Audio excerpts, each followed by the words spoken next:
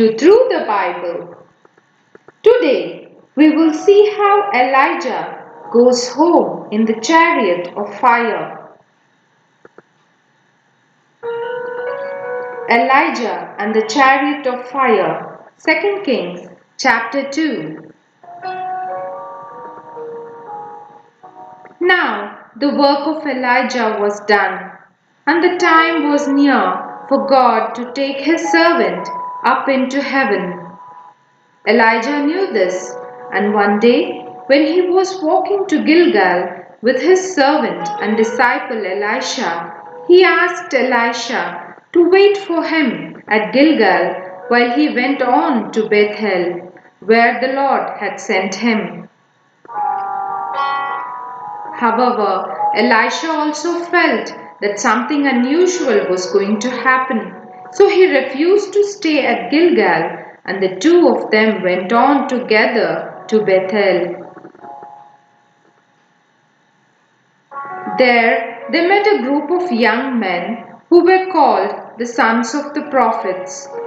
They were being taught by the prophets, and when they were older, some of them would become prophets too. These young men ran to Elisha and said, "Don't you know that God is going to take away your master from you today?" And Elisha answered, "Yes, I know. Be quiet now." Then Elijah asked Elisha to stay at Bethel while he went on to Jericho. But again Elisha would not, and they went on together till they came to Jericho. There another group of the sons of the prophets came to Elisha and asked him the same question as the others had at Bethel. Elisha gave the same answer. At Jericho, Elijah told Elisha that the Lord wanted him to go to the river Jordan and asked Elisha to stay behind at Jericho. Once more, Elisha refused to stay and followed afar off by 50 of the sons of the prophets. The two of them went down to the river. There Elijah took off his cloak and wrapped it in a long bundle and hid the waters of the river with it. And the waters parted so that Elijah and Elisha could walk through to the other side. Once through the Jordan, Elijah said to Elisha, "Tell me what I must do for you before I am taken away." And Elisha answered, "I beg you, let a double portion of your spirit rest on me." Then Elijah said, "You have asked a hard thing. However, if you see me when I am taken away, you will be given what you have asked for.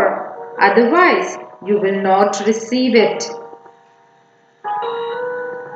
The two of them walked on together when suddenly there appeared from heaven a chariot of fire and horsemen of fire, and Elijah went up in a whirlwind into heaven.